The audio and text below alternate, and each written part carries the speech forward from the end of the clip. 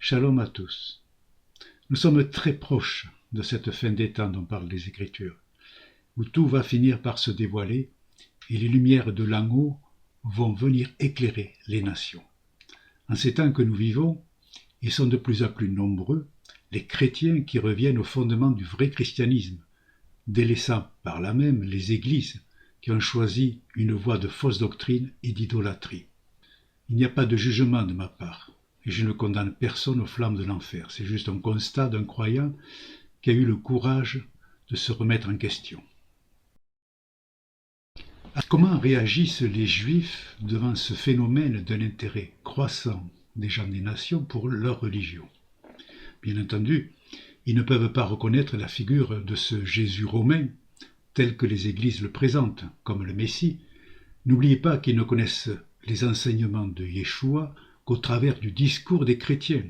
Idolâtrie, statue, la croix, la théologie de la substitution, et au-dessus de tout cela, presque 2000 ans de persécution des Juifs par le christianisme. Alors quand ils voient des chrétiens faire le Shabbat, la cacheroute, etc., comment est-ce qu'ils vont les recevoir? Ah, ils ont une solution, on va le voir. Ils vont les accueillir en tant que Bnei Noach, les enfants de Noé. Mais personnellement, cela ne me satisfait pas du tout. D'autant plus, et c'est là le grand secret qui va être révélé, que les Écritures, la Torah elle-même, parlent du christianisme. De christianisme, mais oui, comme ayant été convié au Sinaï par l'Éternel. Je vous invite donc à découvrir cela. On va d'abord parler des Bnei Noach. C'est une expression que beaucoup de chrétiens qui reviennent aux sources du christianisme connaissent. Ils sont qualifiés par les rabbins de Bnei Noach. Et à ce titre, ils doivent respecter les 7 commandements, comme on va le voir, afin de mériter d'être appelés ainsi. Petite parenthèse, le mot noir, dont le dérive de la racine hébraïque noir, qui signifie repos, apaisement, réconciliation. Et comme il est dit en Bereshit, dans le Zohar Bereshit, il est dit noir, c'est le repos du monde, par lui le souffle du jugement trouva la paix. De lui, de Noé, Noach, sont issus les Bnei Noach, les fils du repos, les fils de Noé, ceux qui s'attachent à la stabilité du monde et à la paix universelle. L'expression des Bnei Noach, des fils de Noé, les enfants de Noé, désigne dans la tradition juive l'ensemble de l'humanité issue de Noé, c'est-à-dire tous les non-juifs, les nations du monde, qui sont tenues par les 7 lois noahides. Après le déluge, Dieu a établi avec Noé une alliance universelle, la Brit Noach, qui remplace celle de Adam. Elle est mentionnée dans Genèse 9, versets 8 à 17, lorsque l'Éternel promet de ne plus détruire la terre par les eaux et cette promesse par l'arc-en-ciel. Les sages dans le Talmud, traité Sanhédrin, 56a et 60a, en déduisent les 7 commandements destinés à tous les hommes. Ce sont ces lois qu'on appelle les lois noachides. Et celui qui les observe est appelé un Chassid Umot Haolam, un juste parmi les nations. C'est ce que dit Ramban dans Mishneh Torah. Alors, ces 7 lois sont: première, interdiction de l'idolâtrie. La deuxième, interdiction du blasphème, de profaner le nom divin. Troisième, interdiction du meurtre, y compris celle d'un embryon. Quatrième, interdiction du vol, de quoi que ce soit, au sens le plus large, comme retenir un salaire, voler son employeur. Cinquième, interdiction des unions sexuelles interdites, les membres de la famille, la femme mariée, un animal. Sixième, obligation d'établir des tribunaux de justice. Pour plus de précision, les 6 premières lois ont été données à Adam, et Noé a reçu la 7e loi, celle de ne pas consommer la chair d'un animal vivant. Toutes ces lois, ce sont en fait des têtes de chapitre, il faut bien le voir comme cela, et de ces têtes de chapitre vont découler un certain nombre de lois dérivées. La mission qui est donnée à ces Bnei Noach, à ces enfants de Noé, c'est d'assurer par l'observance des 7 lois fondamentales la continuité morale et spirituelle de l'humanité. C'est un objectif tout à fait respectable. Mais le problème, c'est qu'il n'y a rien de plus. C'est comme une voie de garage. Et puis surtout, il est demandé de rejeter les enseignements de ce Jésus, l'idolâtre qui a osé se faire l'égal de Dieu, toujours selon la perception qu'ont les Juifs des enseignements des Églises. Je rappelle qu'en acceptant de rejeter Jésus, Yeshua, c'est rejeter celui qui a dit, par exemple en Luc 9, 26, « Car quiconque aura honte de moi et de mes paroles, le Fils de l'homme aura honte de lui, quand il viendra dans sa gloire et dans celle du Père et des saints anges. » Il est à noter, c'est très intéressant aussi, que nous avons dans nos actes, dans les actes des apôtres, le chapitre 15, on va avoir finalement quelque chose qui se rapproche énormément de ces lois noachides. Regardons cela de plus près, et dans quel contexte on se retrouve. Dans un premier temps, l'apôtre Jacques rappelle que l'Éternel, on est dans Acte 15, 19-21. Dans un premier temps, l'apôtre Jacques rappelle que l'Éternel veut ramener à lui toutes les nations, tous ces païens, entre guillemets, qui veulent revenir à Dieu, et comme dit Jacob, afin de relever la tente de David, la soukha de David. Et les Écritures nous disent, exactement, « C'est pourquoi je suis d'avis qu'on ne crée pas des difficultés à ceux des païens qui se tournent à Dieu, mais qu'on leur écrive de s'abstenir des souillures des idoles, de l'impudicité, des animaux étouffés et du sang. » À noter que le mot qui est souvent traduit par se convertir, d'ailleurs dans nos Bibles, on le trouve souvent ce mot-là, se convertir à Dieu, c'est épistréphos en grec, et ce mot épistréphos est beaucoup plus précis que se convertir. Ça veut dire se retourner, revenir. Il y a donc l'idée de teshuva derrière. Comme on dit dans le judaïsme, c'est la teshuv, c'est le fait de revenir à Dieu. Donc ça serait, on peut supposer, et je pense que ce n'est pas une mauvaise supposition, que ce sont des gens dont les âmes ont déjà connu effectivement les enseignements du judaïsme, qui se sont perdus dans les nations et qui veulent revenir, dont les âmes veulent revenir à Dieu. Enfin bon, ça c'est une parenthèse. Et Yaakov continue, il dit « Car depuis bien des générations, Moshe a dans chaque ville des gens qui le prêchent, puisqu'on le lit tous les jours de Shabbat dans les synagogues. » Et donc, ces personnes dont Yaakov parle dans Acte 15, elles doivent respecter un certain nombre de lois qui sont s'abstenir des souillures des idoles, c'est à rapprocher de l'interdiction de l'idolâtrie et de la profanation du nom divin que l'on trouve dans les lois noachides. Et bien entendu, pour les chrétiens, cela veut dire rejeter toute conception de la Trinité divine. Et ce que cela implique est de prier, comme on le voit aujourd'hui, de prier à tort et à travers Jésus, l'Esprit Saint et autres divinités, etc., etc. On ne voit et on ne prie que le seul nom de Dieu, Dieu. Il faut s'abstenir de l'impudicité, tout cela rapproché des unions sexuelles interdites dans les lois noachides. Il faut s'abstenir des animaux étouffés, ce qu'on appelle la cacheroute, les règles alimentaires, de ne pas consommer de sang, et de s'abstenir de consommer la chair d'un animal vivant. Donc on retrouve là aussi les lois noachides. Et la dernière, c'est s'abstenir du sang, donc tout ça c'est aussi évidemment la cacheroute, et en même temps c'est tout ce qui tourne autour de l'interdiction de meurtre, tuer quelqu'un, un autre être vivant, c'est cela même, s'abstenir du sang.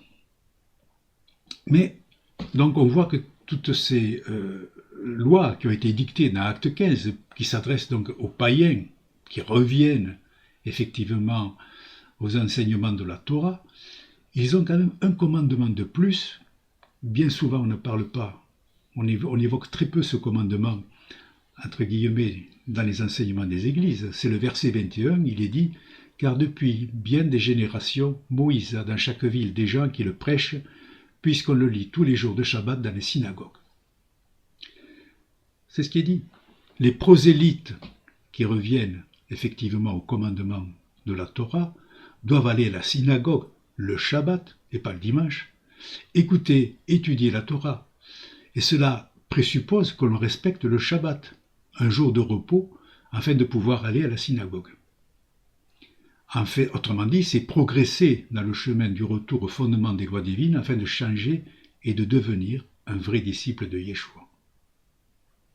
Ce qu'il y a d'important, c'est que dans Acte 15, comparativement aux lois de Noach qui nous sont proposées, c'est qu'on ne reste pas statique dans une voie de garage. On doit progresser.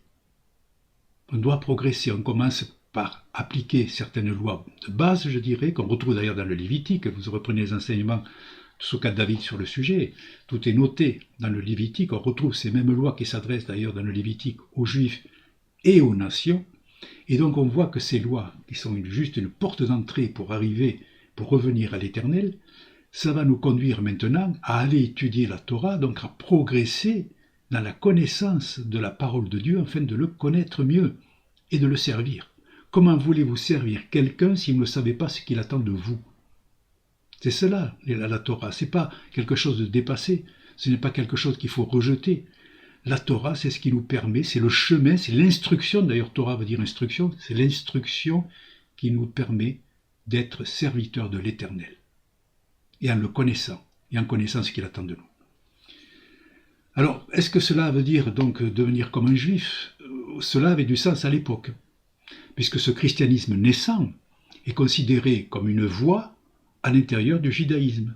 C'est ce que l'on dit d'ailleurs toujours dans les actes, lorsque les apôtres en parlent, ils parlent d'une voie du judaïsme. Mais après, tenu compte de l'histoire et de tout ce qui s'est passé, c'est vrai que ces liens se sont rompus, donc cette idée de se convertir au judaïsme, ça c'est l'affaire de chacun après.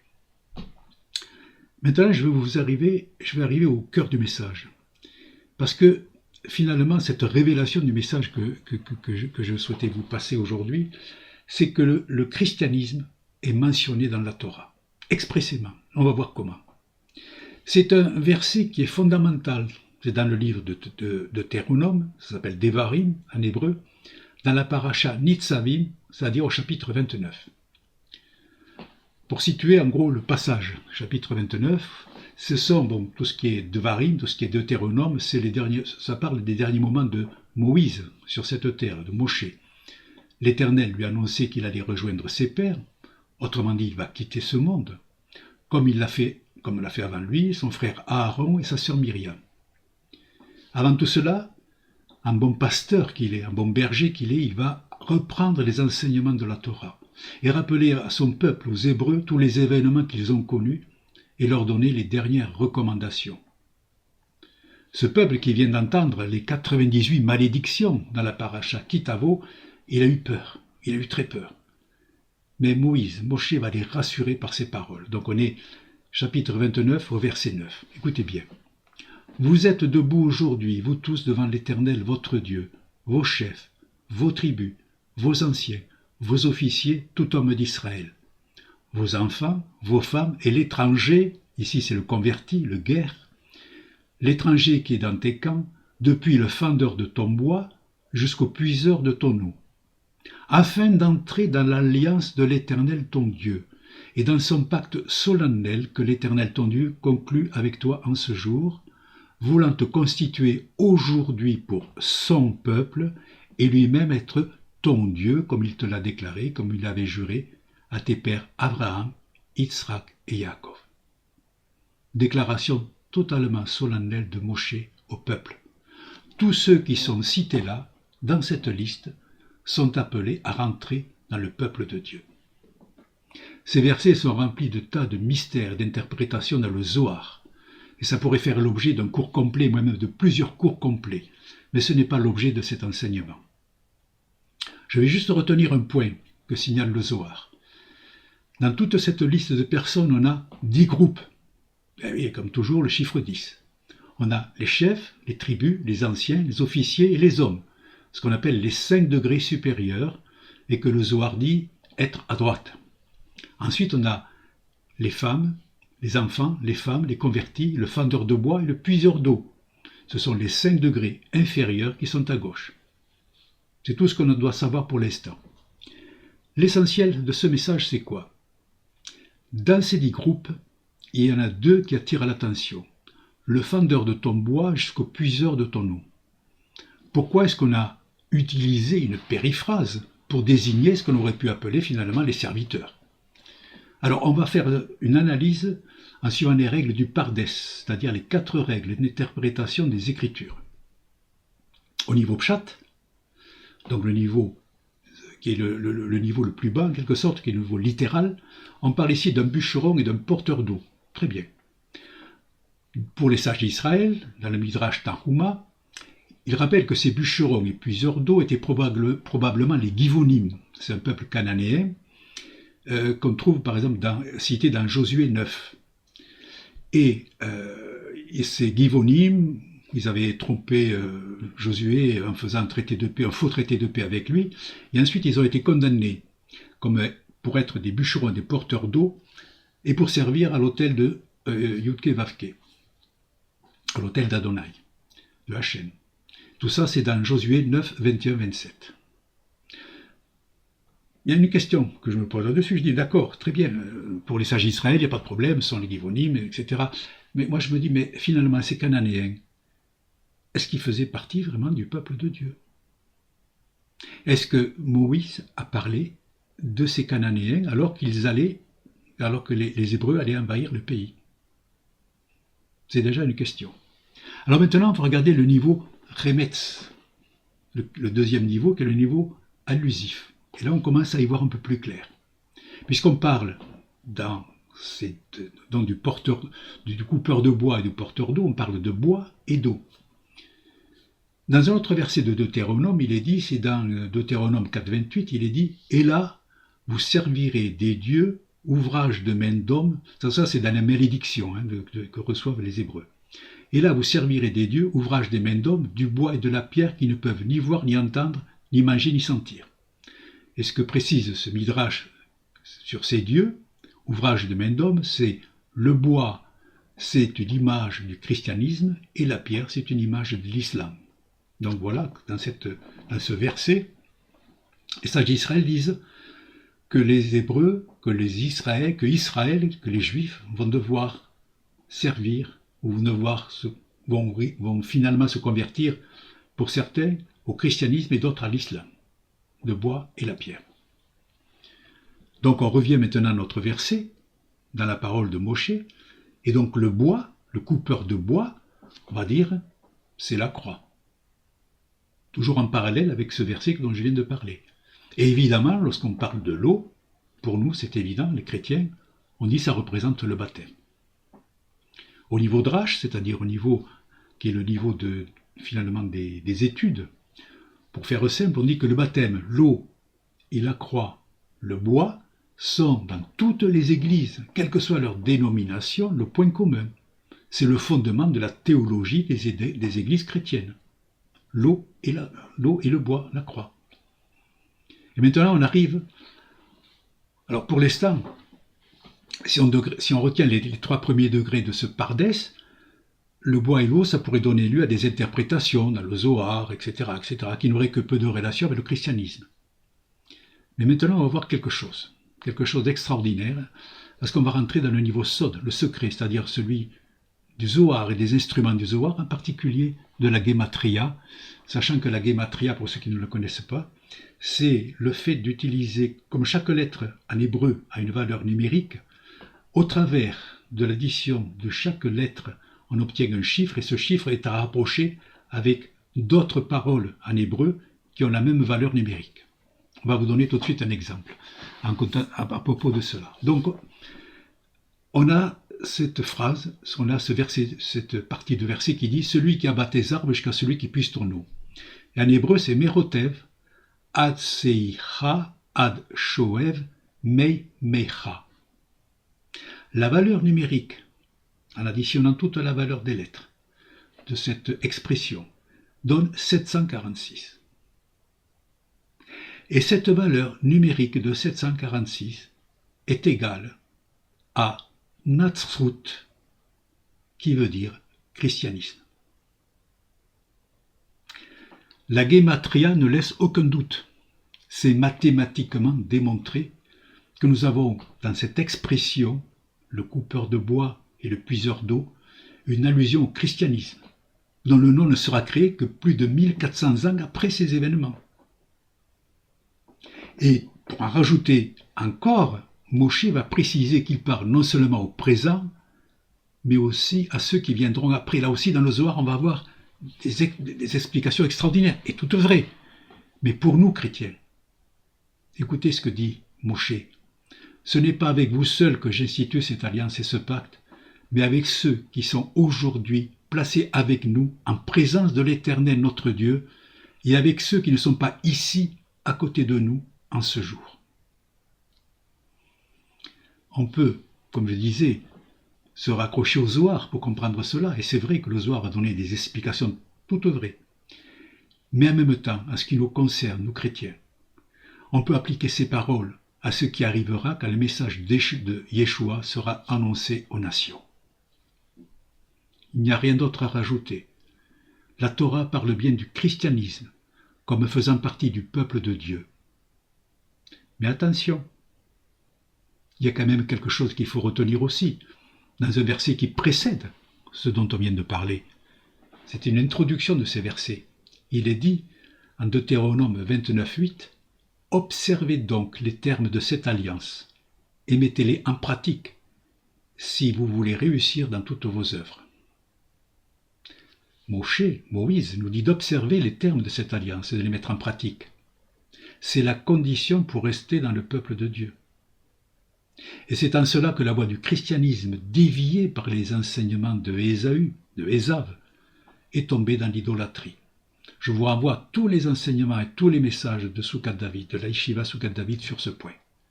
On ne change pas d'idée là-dessus. Nous sommes, les chrétiens, tombés dans les mains de Ésav, dans les mains de Ésaü, et c'est cela qui a conduit ce qui était à l'origine une voie du judaïsme à devenir une religion totalement idolâtre et basée sur des fausses doctrines. Nous arrivons à la conclusion, en reprenant les termes de ce que nous venons de dire.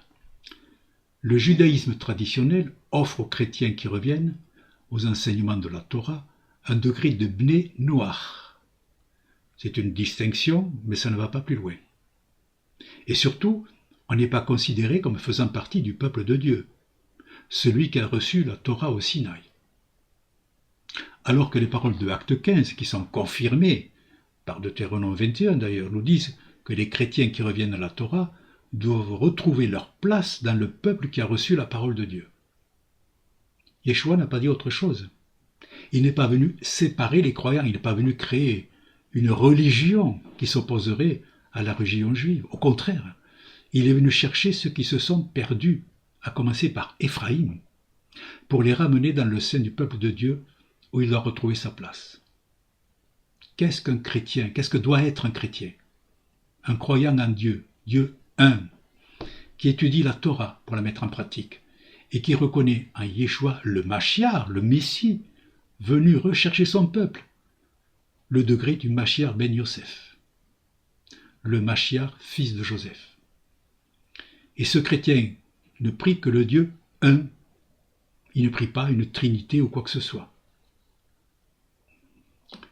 Mais à cela, je voudrais aussi rajouter quelque chose. Parce qu'il y a des chrétiens qui reviennent aux racines de la foi en l'Éternel, il faudrait qu'ils le fassent avec modestie. Parce qu'il est regrettable de voir des chrétiens messianiques qui veulent enseigner les Juifs, créer des nouveaux calendriers, interpréter la Torah et la Kabbale à leur façon, alors qu'ils s'adressent à un peuple qui a plus de 3000 ans de connaissances derrière lui, et qui a gardé fidèlement le message de la Torah malgré toutes les épreuves et les persécutions. Vous avez bien compris ce dont on a parlé tout à l'heure au sujet des 10 groupes. Dans ces 10 groupes qui figurent dans ces versets de Deutéronome 29, qui sont classés par ordre d'importance, le coupeur de bois et le puiseur d'eau sont cités à la fin, en dernier, au bas de l'échelle en quelque sorte. Ils sont les derniers de la liste, mais dans la liste tout de même. J'ose dire aux chrétiens dits messianiques, souvent pris entre deux chaises, le judaïsme et le christianisme romain, et qui ont du mal à se situer. Reprenez confiance, vous êtes bien sur le bon chemin, votre place était prévue depuis l'origine et annoncée dans la Torah. Étudiez la Torah, mettez-la en pratique petit à petit à votre rythme. Le Père est un Dieu bon et compatissant, qui aide ceux qui veulent lui faire plaisir. Rejoignez la Yeshiva Soukat David, qui depuis Israël enseigne les bons chemins à Éphraïm et à ceux des nations, pour trouver et venir boire au puits de la parole. On vous attend. Que l'Éternel vous bénisse et vous éclaire. Amen.